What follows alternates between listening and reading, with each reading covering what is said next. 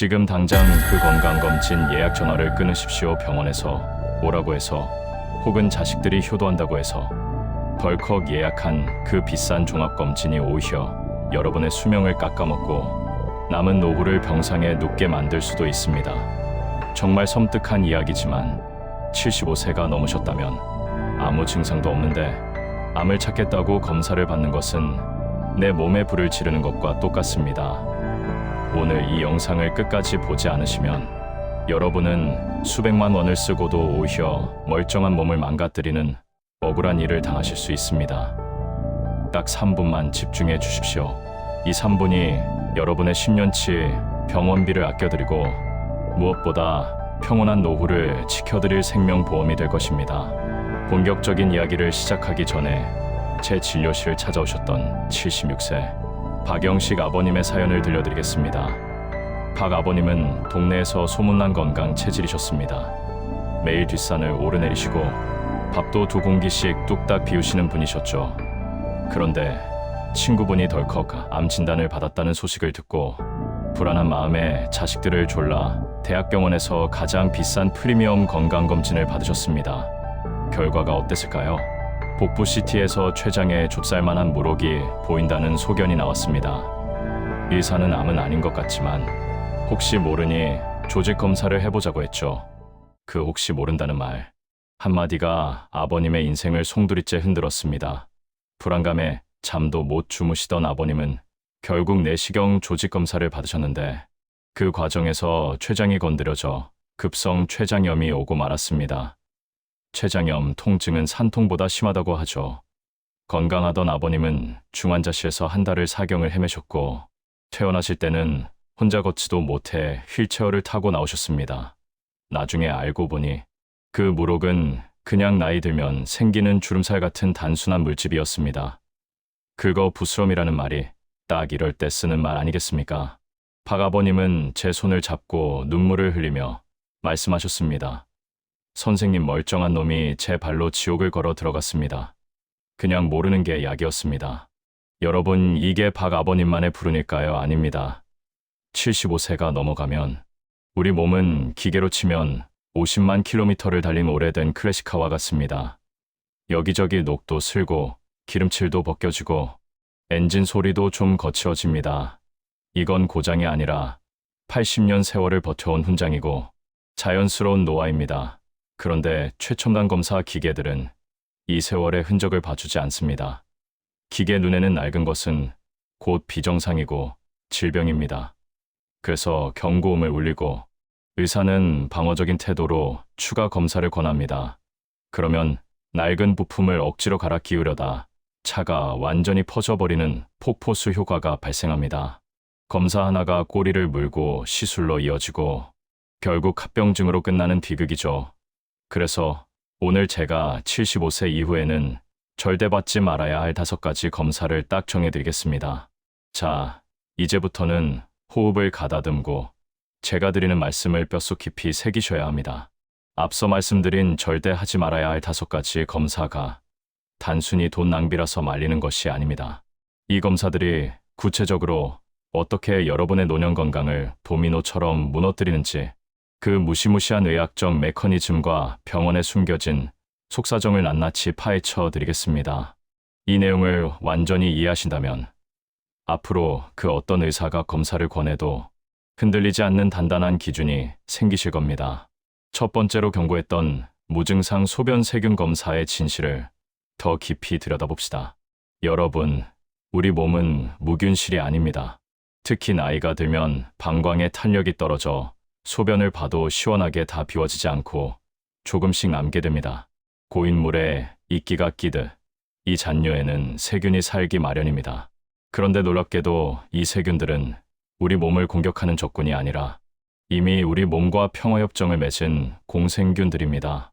의학계에서는 이를 무증상 세균뇨라고 부르며 80대 어르신들의 절반 가까이가 이 상태를 유지하고 계십니다.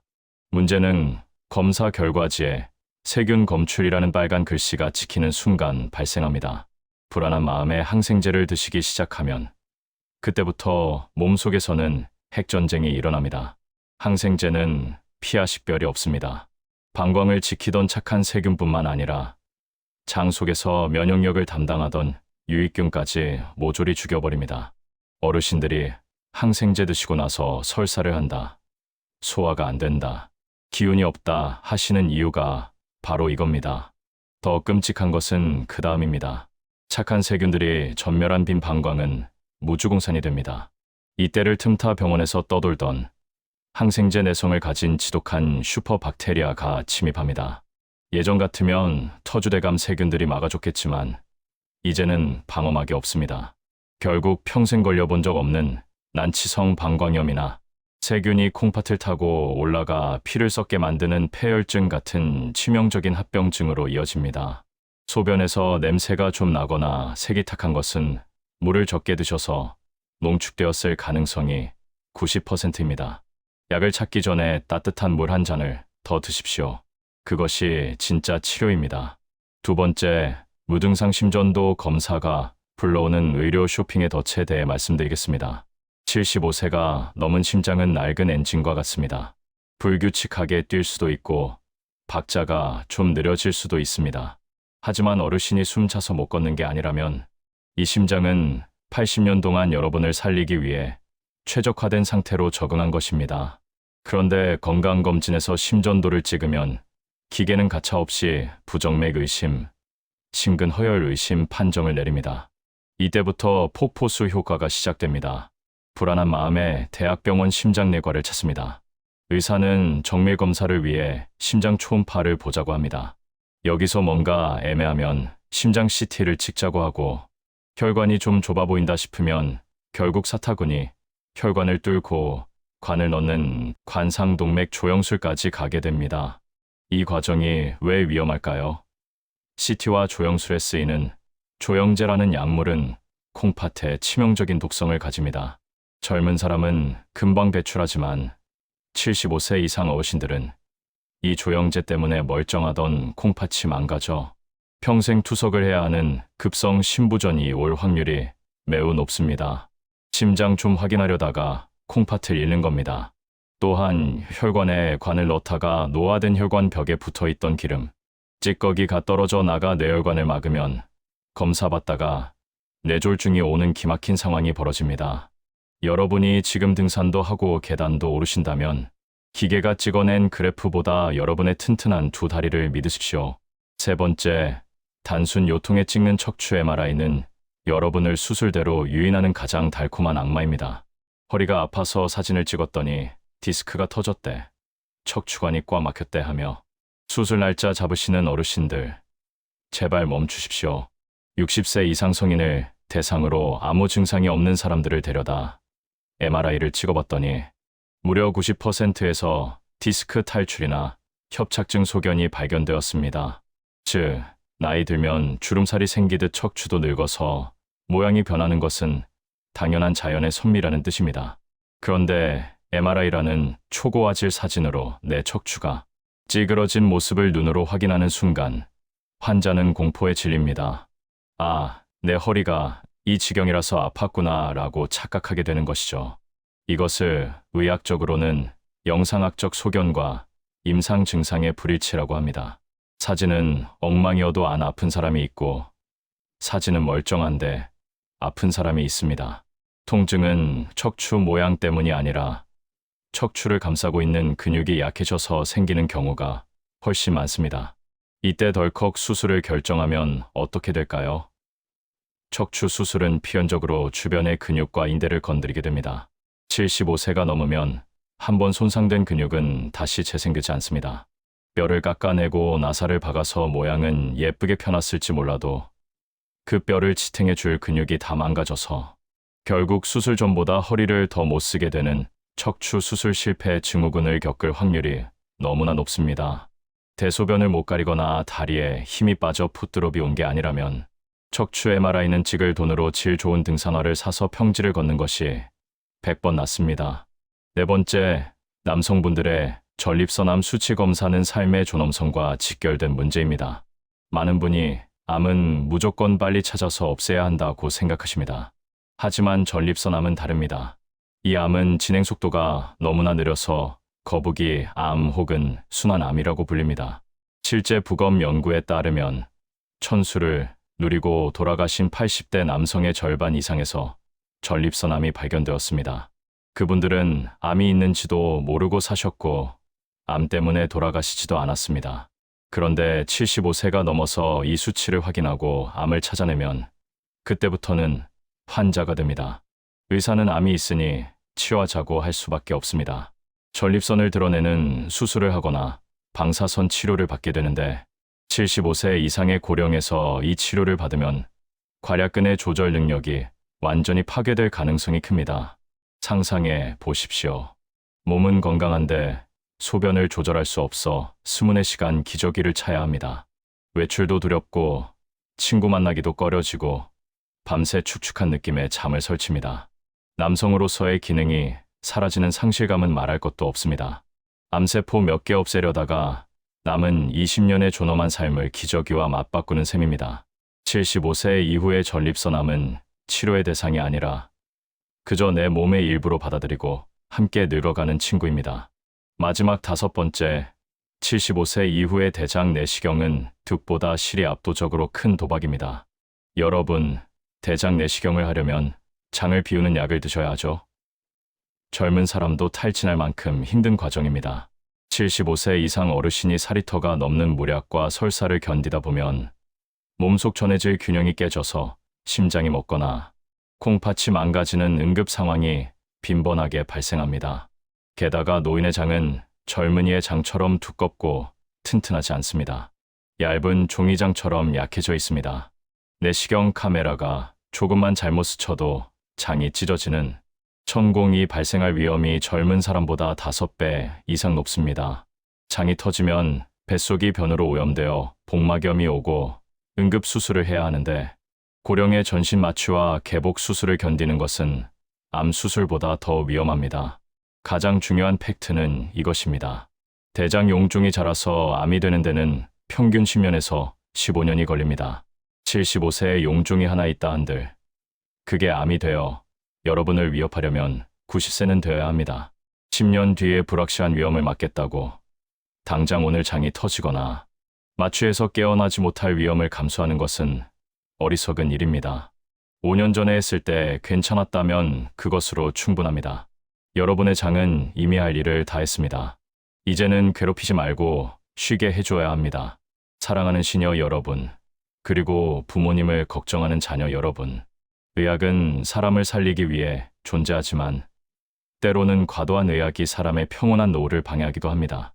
75세라는 나이는 완치를 목표로 싸우는 나이가 아니라 관리를 목표로 타협하는 나이입니다. 녹슨 수도관을 새 것으로 갈아 끼우려다가는 벽 전체를 부수게 됩니다.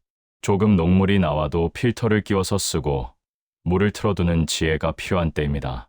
오늘 제가 말씀드린 이 5가지 검사만 피하셔도 여러분은 병원의 과잉 진료 마케팅에서 벗어나 내 몸의 진정한 주인으로 남은 생을 누리실 수 있습니다. 검사 결과지의 숫자에 일희일비하지 마십시오. 오늘 아침 밥맛이 좋은지, 오늘 밤잠은 잘 잤는지, 내 2다리로 공원을 걸을 수 있는지, 이것만이 진짜 살아있는 건강 지표입니다. 불안함을 내려놓는 순간 진짜 건강이 찾아옵니다.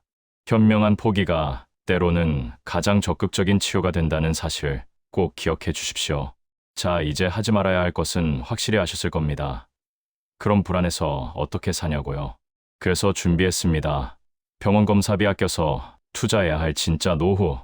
건강법 3가지를 알려드리겠습니다. 80만 원짜리 MRI 찍을 돈이면 여러분의 남은 20년을 보장받을 수 있습니다. 첫 번째 투자처는 바로 내 몸의 방어력을 20대 수준으로 끌어올리는 고성능 백신입니다. 여러분 주변에서 대상포진 걸린 분들 보셨습니까? 그 고통은 겪어보지 않은 사람은 상상조차 할 수 없습니다. 환자분들 표현을 빌리자면 몸에 불이 붙은 것 같다거나 깨진 유리 조각이 살속을 파고드는 것 같다고 하십니다. 더 무서운 건 피부 병변이 다 나은 후에도 신경통이라는 후유증이 남아 평생을 진통제 없이는 못 사는 분들이 너무나 많다는 겁니다. 많은 어르신들이 나는 예전에 보건소에서 무료로 놔주는 주사 맞았으니 괜찮아라고 안심하십니다. 죄송하지만 그건 반쪽짜리 보험입니다. 기존의 생백신은 70세가 넘어가면 예방 효과가 50% 밑으로 뚝 떨어집니다. 주사를 맞고도 걸리는 분들이 수두룩합니다. 하지만 의학은 발전했습니다. 최근에 나온 싱글릭스라는 사백신은 예방 효과가 무려 97%입니다. 80세가 넘으셔도 91% 이상의 효과를 냅니다. 한 번 맞으면 10년 이상 대상포진의 공포에서 완벽하게 해방될 수 있습니다.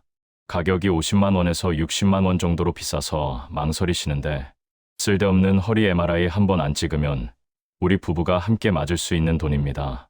고통 없는 노후를 위해 이보다 더 확실한 투자는 없습니다. 대상포진뿐만이 아닙니다. 폐렴구균 백신도 마찬가지입니다. 노년기 사망 원인 1위가 무엇인지 아십니까? 암이 아닙니다. 바로 폐렴입니다. 감기인 줄 알았다가 폐혈증으로 넘어가서 손 쓸 틈도 없이 돌아가시는 경우가 너무 많습니다. 보건소에서 놔주는 무료 백신도 좋지만 병원에서 돈을 내고 맞는 프리베나 13 같은 단백질 결합 백신을 추가로 맞으십시오. 이 두 가지 주사를 다 맞으면 폐렴을 일으키는 웬만한 균들은 얼씬도 못합니다. 내 몸에 보이지 않는 강철 갑옷을 입히는 것과 같습니다.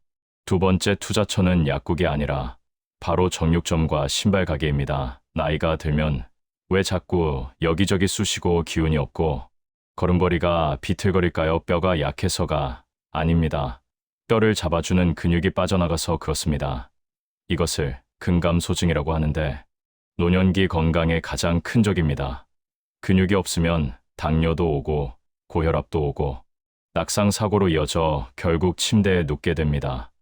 그런데 많은 분들이 기운 없다고 비싼 공진단이나 영양제를 사 드십니다. 그건 잠시 반짝하는 효과일 뿐입니다. 근육을 만드는 유일한 재료는 단백질입니다. 오늘부터 장 보실 때 영양제 코너는 지나치시고 정육점으로 가십시오. 기름기 없는 소고기, 우둔살이나 돼지고기, 안심 닭가슴살을 사서 몇 끼 드셔야 합니다. 고기가 소화가 안 된다면 다져서 드시거나 계란, 두부, 우유라도 꼭 드십시오. 내 몸무게가 60kg이라면 하루에 최소한 60g의 단백질을 드셔야 근육이 유지됩니다. 나이 들어서 먹는 고기는 사치가 아니라 생존 식량입니다. 근육이라는 연금을 차곡차곡 쌓아두셔야 나중에 아파서 누웠을 때 버틸 힘이 생깁니다. 그리고 편안한 운동화 한 켤레를 사십시오. 헬스장 끊을 필요 없습니다. 하루 딱 20분만 걸으십시오. 숨이 턱 끝까지 차게 뛸 필요도 없습니다. 옆 사람과 웃으며 이야기할 수 있을 정도로 기분 좋게 걸으시면 됩니다. 걷기는 뇌를 자극해서 치매를 예방하고 심장 기능을 튼튼하게 하며 우울증까지 날려버리는 최고의 만병통치약입니다. 하루 20분 걷는 사람은 전혀 안 걷는 사람보다 사망 위험이 30%나 낮다는 연구 결과는 이미 수없이 증명되었습니다. 비싼 병원 검사비 아껴서 질 좋은 단백질을 드시고 좋은 신발 신고 세상 구경 다니십시오. 그게 진짜 남는 장사입니다. 마지막 세 번째로 제가 하지 말라는 검사들 속에서 유일하게 꼭 받으시라고 강권하는 검사가 하나 있습니다. 이건 정말 필수입니다. 바로 복부 대동맥류 초음파입니다. 이름이 좀 어렵죠? 쉽게 설명해 드리겠습니다. 우리 몸 뱃속 한가운데에는 심장에서 나온 피를 온몸으로 보내주는 대동맥이라는 아주 굵은 고속도로가 있습니다. 그런데 나이가 들고 혈관이 낡으면 마치 오래된 타이어가 부풀어 오르듯이 혈관 벽이 풍선처럼 꽈리처럼 부풀어 오르는 병이 생깁니다. 이게 바로 복부 대동맥류입니다. 특히 65세에서 75세 사이의 남성분들, 그 중에서도 담배를 피우셨던 분들은 고위험군입니다. 이 병이 무서운 이유는 증상이 전혀 없다는 겁니다. 배가 아프지도 않고 소화도 잘 됩니다. 그러다가 어느 날 갑자기 혈압이 오르거나 힘을 줄 때 이 풍선이 펑 하고 터져버립니다. 대동맥이 터지면 뱃속에 엄청난 출혈이 생기는데 병원에 도착하기도 전에 돌아가실 확률이 90%가 넘습니다. 의사들이 가장 두려워하는 시한폭탄 같은 병입니다. 하지만 너무 걱정하지 마십시오.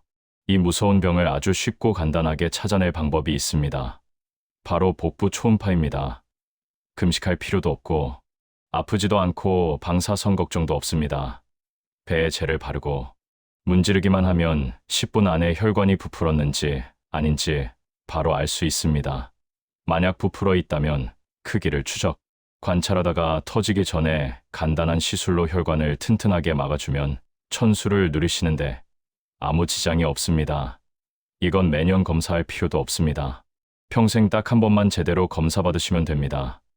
쓸데없는 갑상선 초음파, 경동맥 초음파 이런 거 다 치우시고 딱 이거 하나만 챙기십시오. 여러분의 생명을 지키는 가장 확실한 안전벨트가 될 것입니다. 자, 이제 여러분의 마음속에 의문이 드실 겁니다. 그래도 의사가 검사하자고 하는데 어떻게 거절합니까? 걱정 마십시오. 의사의 기분을 상하게 하지 않으면서 내 몸을 지키는 품격 있는 질문 2가지를 알려드리겠습니다. 첫째, 선생님, 이 검사로 병을 찾아서 치료하면 제가 더 오래 살 수 있습니까? 둘째, 이 치료의 효과를 보는데 몇 년이나 걸립니까? 만약 의사가 우물쭈물하거나 10년은 걸린다고 하면 웃으면서 거절하시면 됩니다. 박영식 아버님은 그 뒤로 어떻게 되셨을까요? 다행히 재활치료를 잘 받고 휠체어에서 일어나셨습니다. 그리고 이제는 병원 쇼핑을 딱 끊으셨습니다. 대신 그 돈으로 친구분들과 맛있는 고기 사드시고 싱글릭스 주사도 맞으셨습니다. 얼마 전 진료실에 오셔서 이렇게 말씀하시더군요. 선생님, 병원을 끊으니까 비로소 사는 맛이 납니다. 내가 내 몸을 믿어주니까 몸도 나를 배신하지 않네요.